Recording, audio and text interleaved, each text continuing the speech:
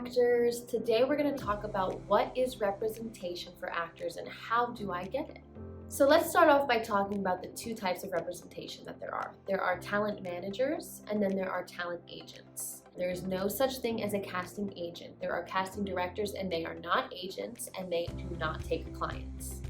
A talent manager is there to help guide your career and make sure that you are prepared for opportunities when they come.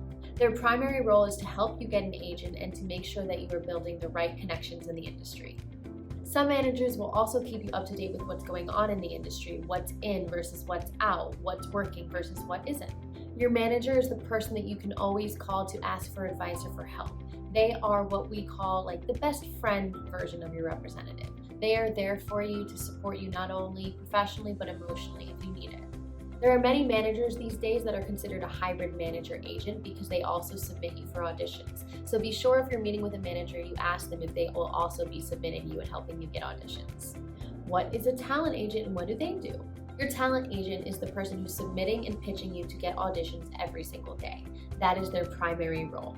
And if you do book a job, then they will negotiate your contract on your behalf. Your talent agent is not typically the person that you're going to pick up the phone and call and ask for advice or for help. You might have yearly or quarterly meetings depending on how well you are doing, but this is not the person that you call if you're feeling insecure or need advice. That is what your manager or your coach is for.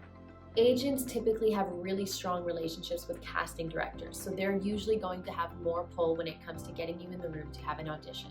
So here's the question, how do you get an agent or a manager? Usually you can get an agent or manager by submitting a pitch email, or there are a couple options in terms of paid programs that will help blast you out to all different types of agents and managers. Also, it's important to know that not all agencies allow actors to submit to them directly. There are a lot of top agencies that are referral only, which means that they will only look at an actor's materials if they are referred by an existing client or by someone that they know and have a strong relationship with.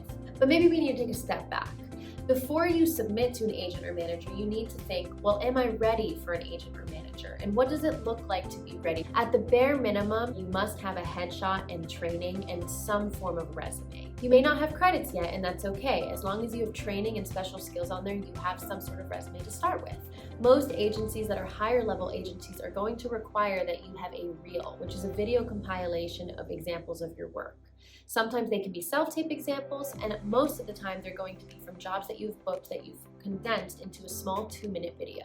If you don't have this, that's okay. Everyone starts somewhere, and there are some agents or managers that will take you on without a reel or a full resume. But make sure that you do your research and make sure that this agent or manager takes on developmental talent. Something else to keep in mind is your age when you get into this industry. You can start acting at any age. One of the best things about this industry is it does not matter how old you are, there is a place for you. But if you are 25 or older or appearing 25 or older, it is more likely that an agent or manager is going to require you to have a reel.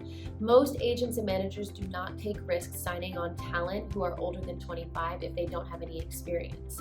So you might want to think about that and put some extra time and effort on your end as an adult to make sure you have all your ducks in a row before you start submitting. Here's another thing to keep in mind. Not everyone needs both an agent and a manager.